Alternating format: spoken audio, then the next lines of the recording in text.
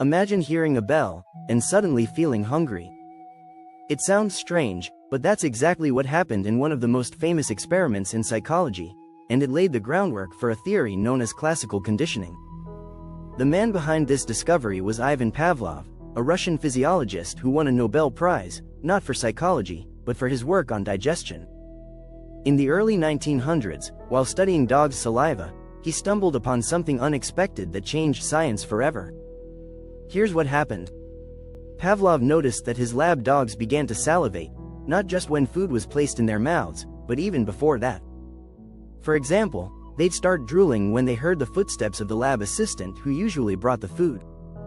That observation sparked a question: can animals learn to associate a neutral event, like a sound, with something meaningful, like food? To find out, Pavlov set up a simple experiment. Every time he gave the dogs food, he also rang a bell.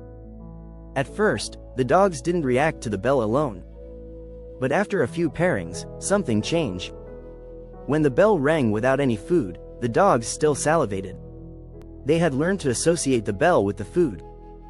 This learning process became known as classical conditioning. Let's break down how it works using this experiment. Before conditioning, unconditioned stimulus, UCS, food, it naturally causes salivation.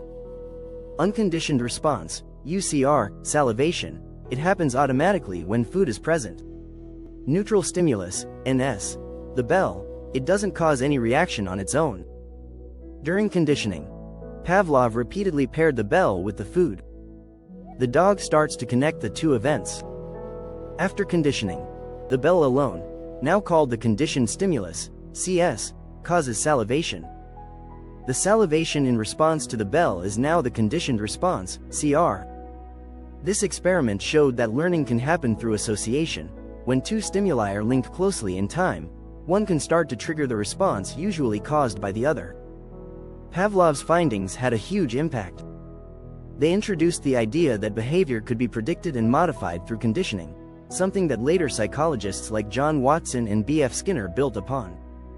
In fact, Watson used classical conditioning in a now infamous experiment with a child named Little Albert, showing how even emotions like fear could be conditioned, though that study raised serious ethical questions. Classical conditioning doesn't just apply to dogs. It helps explain many human behaviors too. Phobias, like developing a fear of dogs after being bitten. Addiction triggers, like craving a cigarette when seeing a lighter. Advertising, pairing a product with music, beauty, or excitement to create positive feelings. However, classical conditioning has limits. It mainly explains involuntary responses, like emotional or physiological reactions. It doesn't account for voluntary behavior, like choosing to study or work harder. For that, we turn to a different form of learning, operant conditioning, developed by B.F. Skinner, which focuses on rewards and punishments. We'll dive into that in the next video.